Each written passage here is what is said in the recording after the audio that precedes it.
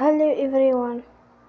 Today we will talk about how to fix the app of Habit Tracker. We will go to settings. Then we click on apps. After that you will search the app Habit Tracker and we click. Then you will on for stop. After that you will go to storage. Then we click on clear cache.